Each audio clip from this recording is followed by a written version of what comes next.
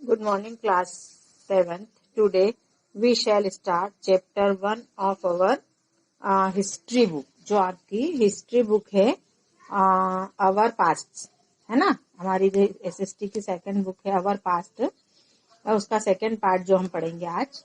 तो उसका first chapter है ट्रेसिंग चेंजेस थ्रू 1000 years।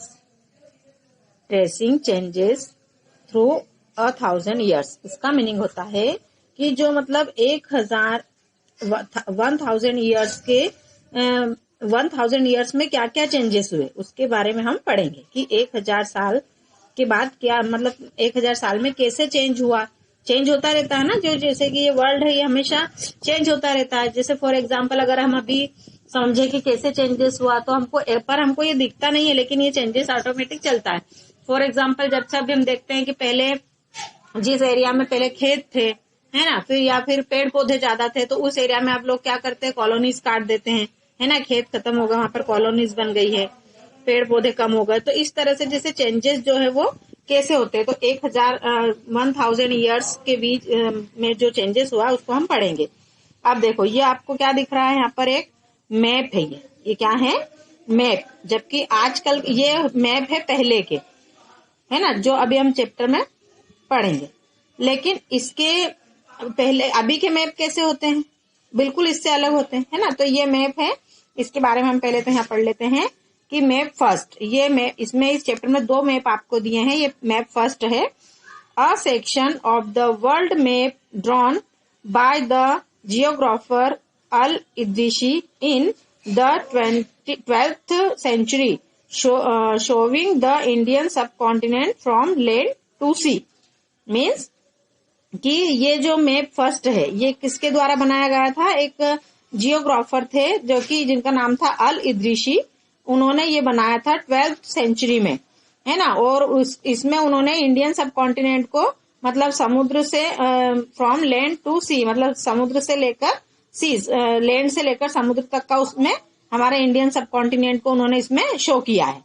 तो ये मैप फर्स्ट है। इसके बाद हम इसके बैक साइड एक सेकेंड मैप और है, वो इससे बिल्कुल वो अलग है, मतलब तो कैसे चेंजेस होता है वो हम पढ़ेंगे।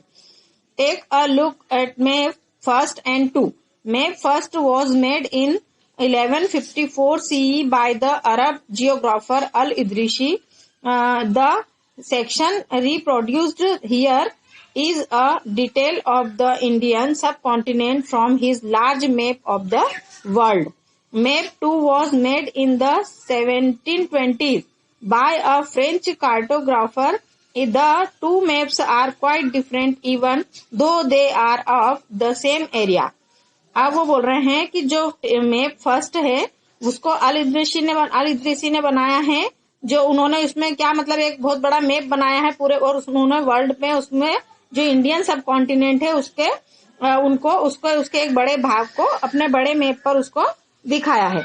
इसके बाद जो मैप 2 है वो किसने बनाया है, कब बना था वो 17, जो मैप फर्स्ट है वो कब बना था 1154 में, और जो मैप सेकंड है उसको फ्रेंच के कार्टोग्राफर थे उन्होंने बनाया है 1720 में। अब ये दोनों मैप में बहुत ज्यादा डिफरेंस है, अभी हम आगे देखेंगे इनमें बहुत ज्यादा डिफरेंस है, लेकिन फिर भी वो दोनों जो मैप है उनको एक सेम ही एरिया के लिए बनाया गया है। जैसे कि जिस एरिया को इसमें दिखाया गया ना सेकंड जो मैप है 2, उसमें भी यही एरिया को बताया, लेकिन उसके बाद भी सेम एरिया बताने शो करने के बाद भी उन दोनों में बहुत ज्यादा डिफरेंस है। In Al Idrisi's map south India is where we would expect to find North India and Sri Lanka is the island at the top।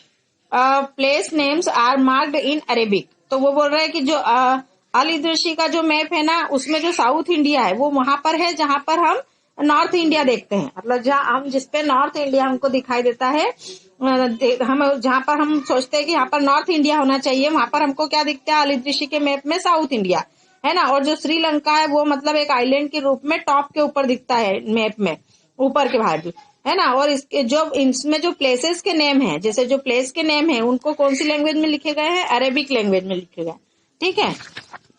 अब ये देखिए मैप 2, यहाँ पर मैप 2 का पिक्चर दिया है, तो ये कितना डिफरेंस है मैप फर्स्ट से, है ना। तो अब यहाँ पर ये क्या दिया है, the sub continent from the early 18th century. Atlas Novae of गुली नेम DAL इसले, मतलब कि जो सेकंड मैप है वो भी मतलब कि ये 18th सेंचुरी में इसको बनाया गया था। उसके बाद हम पढ़ेंगे ये एंड इस पेज पर पढ़ेंगे आप। And there are some well known names like Kanauj in Uttar Pradesh, spelled in the map as Kannauj.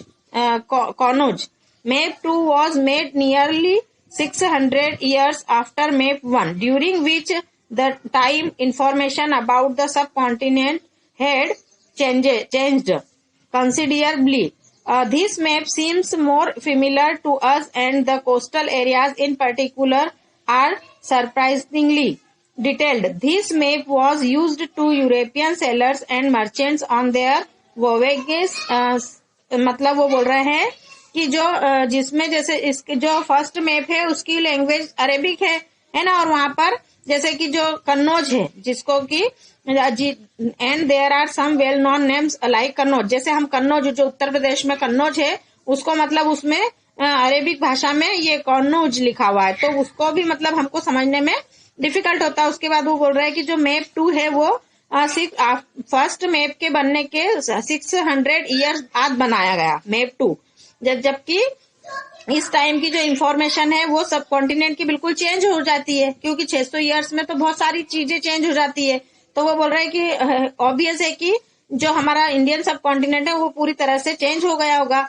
This map seems morally familiar to us the and coastal, और जो ये मैप है इसमें अधिकतर क्या दिखाया गया है, सब हमारे जो इंडियन सब कॉन्टिनेंट के जो कोस्टल एरियाज है, कोस्टल एरियाज मीन्स जो समुद्र के पास आसपास के जो कोस्टल एरियाज हैं उनको दिखाया गया है, और उनके बारे में ज्यादा अच्छे से डिटेल जानकारी दी गई है ना। और जो ये मैप है इस टाइम का, इसको अधिकतर कौन लोग यूज करते थे, जो यूरोपियन सेलर्स और मर्चेंट्स होते थे, मतलब जो सी में, ओशियन में या रिवर्स में जो सेलर्स होते थे, मतलब जो जहाज में जो अपना ट्रेड करते थे, और जो व्यापारी लोग होते थे वो उनको उनके मतलब उनके व्यापार के लिए, उनके रास्ते जाने के लिए, अंदर सामान अपना बेचने जाने के लिए वो उन मैप्स को यूज करते थे, उसके अकॉर्डिंग उनको रास्ता मिलता था, है ना।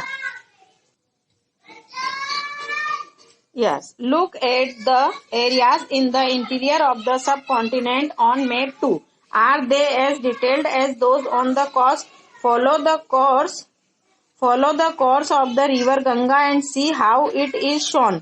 Why do you think there is a difference in the level of detail and accuracy between the coastal and inland areas in this map? अब वो बोल रहे हैं कि आप जो मैप 2 है उसमें जो हमारे सब कॉन्टिनेंट है उसके अंदर के एरियाज को देखिए, उसके इंटीरियर जो सब कॉन्टिनेंट के अंदर के जो एरियाज है उनको देखिए मैप 2 पे।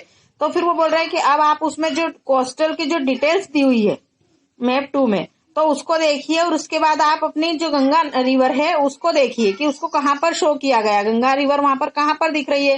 तो अब आप ये सोचिए कि ये इतना डिफरेंस क्यों है जो हम देख रहे हैं कोस्टल एरियाज और जो इनलैंड जो मतलब एरियाज हैं लैंड वाले, उनमें और कोस्टल एरियाज में इतना डिफरेंट क्यों है, इस मैप में डिफरेंस क्यों है।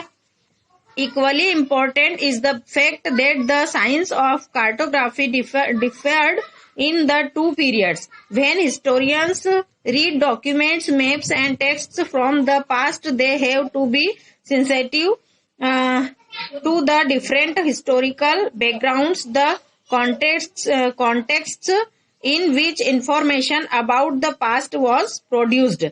मतलब वो बोल रहे हैं कि इन दोनों जो ये दो पीरियड है इनमें जो साइंस कार्टोग्राफी का साइंस ऑफ कार्टोग्राफी मतलब कि जो कार्टोग्राफी का साइंस है, मतलब कि जो मैप बनाने वाले साइंटिस्ट हैं, मतलब जो मैप बनाने वाले हैं, तो इनका ये बहुत मतलब ये दोनों समय में इनके अलग अलग बहुत समय चेंज हो गया था, तो इसके लिए इनके जो मैप है उनमें भी डिफरेंस आया है। और जो हिस्टोरियंस होते हैं, जो हिस्टोरियंस मीन्स जो हिस्ट्री पढ़ते हैं, मतलब जो हिस्ट्री के बारे में पढ़ के जानकारी कलेक्ट करके हमको बताते हैं, तो वो क्या पढ़ते हैं, उनको अगर हिस्ट्री के बारे में जानना है तो ऑब्वियस वो क्या पढ़ेंगे, वही डॉक्यूमेंट्स जैसे मैप है ना, फिर जो भी उस समय से जो भी अवेलेबल होता है उनको वो सारी चीजें पढ़ते हैं और वो उसको पढ़ करके ये समझते हैं, ये अनुमान लगाते हैं कि उस समय पे मतलब चीजें कैसी थी, कैसे उनमें क्या चीजें उनको अवेलेबल थी, जो उस टाइम के हिस्टोरियंस जो थे उन्होंने वो कैसे सारी चीजें लिखी, उनको पढ़ करके वो उस समय के अनेक अनुमान लगाते हैं कि चीजें कैसी थी और वो उनको about the past was produced, मतलब हमारा जो पास्ट था वो कैसा था, है ना, कैसे लोग चीजें कलेक्ट करते थे। इस तरह से वो जो आज के हिस्टोरियंस है वो उस समय के हिस्टोरियंस की जो चीजें हैं उसी से समझकर पढ़ करके और वो चीजों को जानने की कोशिश करते हैं कि हमारा पास्ट जो था वो कैसा था, ठीक है, और चेंजेस कैसे हुए।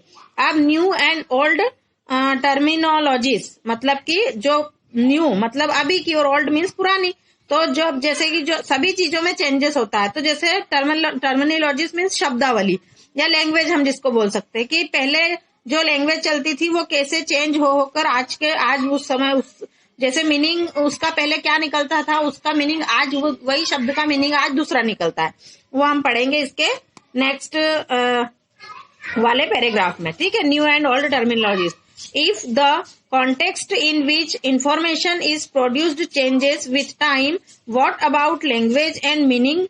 So historical records exist in a variety of languages which have changed considerably over the years. Medieval Persian, for example, is different from modern Persian.